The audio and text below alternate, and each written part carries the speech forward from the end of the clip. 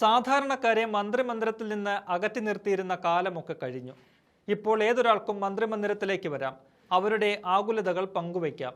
ഇത് സാധാരണക്കാർക്ക് നൽകുന്ന ആശ്വാസം ചെറുതല്ല.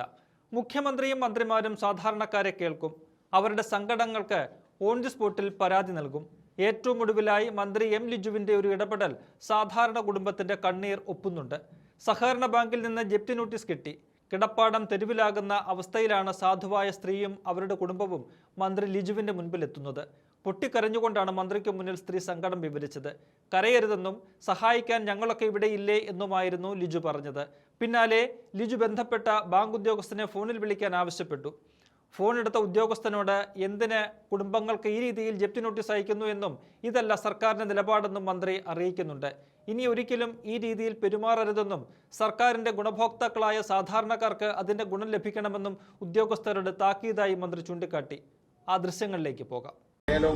ജപ്തി എന്ന് പറഞ്ഞ ആളുകളെ ബുദ്ധിമുട്ടിച്ചാൽ ആ പ്രദേശത്തേക്ക് മേയർമാർക്കെതിരെ എല്ലാ ആക്ഷൻ എടുക്കേണ്ടി വരും. സർക്കാർ ഒരു പദ്ധതി പ്രഖ്യാപിച്ചു. വിളിച്ചോട്ട് ഞാൻ വേണ്ടി സംസാരിച്ചു പോയില്ല.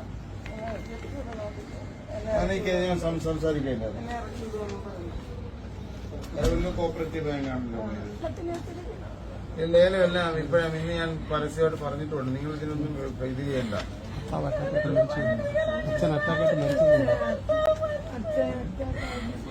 തിരുവനന്തപുരം ജയറിനെ വിളിച്ചു.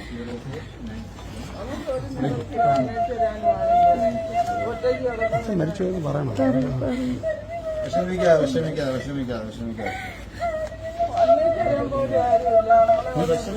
കരയാതെ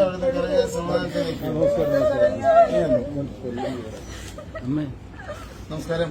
ഞാനൊരു കാര്യം പറയാം. എന്റെ ഓഫീസിലേക്ക് എല്ലാ ദിവസവും ആളുകള്, നിങ്ങളുടെ കൊല്ലം ജില്ലയിൽ ഉൾപ്പെടുത്തുന്ന ആളുകള്, നിരവധി പേര് ജപ്തി ഭീഷണിയുടെ പ്രശ്നമായിട്ട് ഇവിടെ വന്നുകൊണ്ടിരിക്കുകയാണ്. ഞാൻ നിയമസഭയിൽ തന്നെ പറഞ്ഞ കാര്യം, ജെആർമാരാക്കാർക്ക് ഉത്തരവാദിത്തം കാണിക്കണം.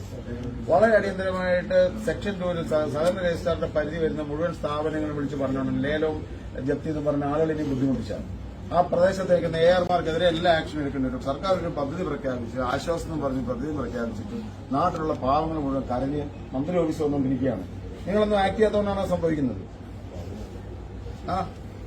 നിങ്ങൾ സ്ട്രോങ് ആയിട്ട് കൃത്യം മെസ്സേജ് കൊടുക്കണം. ആശ്വാസ് പദ്ധതി പ്രകാരം നിങ്ങൾ ആളുകളുടെ അപേക്ഷ വാങ്ങിയിട്ട് നിങ്ങൾക്ക് മെസ്സേജ് കിട്ടിയിട്ടില്ലേ, അതിനകത്ത് പറ്റുന്ന സെറ്റിൽമെന്റ് എന്താണോ അവർക്ക് ഉറപ്പായിട്ട് എഴുതി ബൈ റൈറ്റിംഗ് കൊടുക്കണം. അതിന്റെ മുകളിലാണ് ജെആറിന്റെ കമ്മിറ്റി ഉള്ളത്. നമുക്ക് കൃത്യമായിട്ട് പറയുന്നില്ലേ.